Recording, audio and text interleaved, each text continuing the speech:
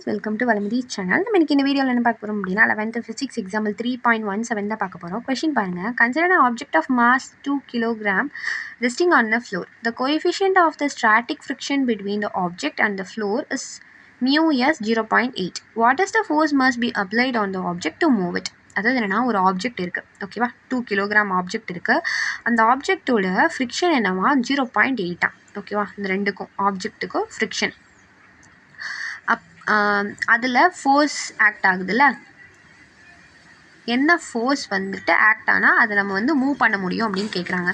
ஒருவேளை அந்த ஆப்ஜெக்ட் வந்து ரெஸ்ட்டில் இருக்கும்போது நார்மல் ஃபோர்ஸ் வந்து எம்ஜியாக இருக்கும், கிராவிடேஷனல் ஃபோர்ஸாக இருக்கும். இப்போ மொத்தம் நமக்கு என்னென்ன ஃபோர்ஸ் ஆக்ட் ஆகுது அப்படின்னா நார்மல் ஃபோர்ஸ் ஆக்ட் ஆகுது, கிராவிடேஷனல் ஃபோர்ஸ் ஆக்ட் ஆகுது. அதை தாண்டி நீங்கள் வந்து என்ன ஃபோர்ஸை ஆக்ட் பண்ணீங்க அப்படின்னா இதை மூவ் பண்ண முடியும்னு தான் கேட்குறாங்க கொஷின்.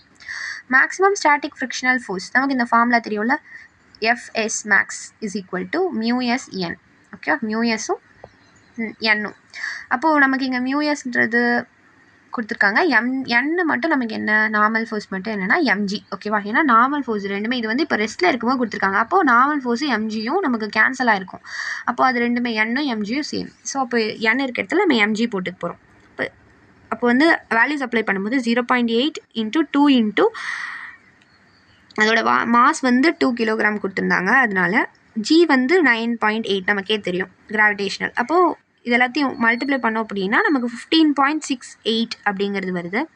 எஃபோட எக்ஸ்டர்னல் வந்து என்ன அப்படின்றது, எஃபோட எக்ஸ்டர்னல் இருக்குல்ல, எக்ஸ்டர்னல் ஃபோர்ஸ் வந்து 15.68 நியூட்டனை விட நம்மளால் அதிகமாக கொடுக்க முடிஞ்சுது அப்படின்னா நம்மளால் இந்த ஆப்ஜெக்டை வந்து மூவ் பண்ண முடியும். அவ்வளோதான் ஃப்ரெண்ட்ஸ், பாய்.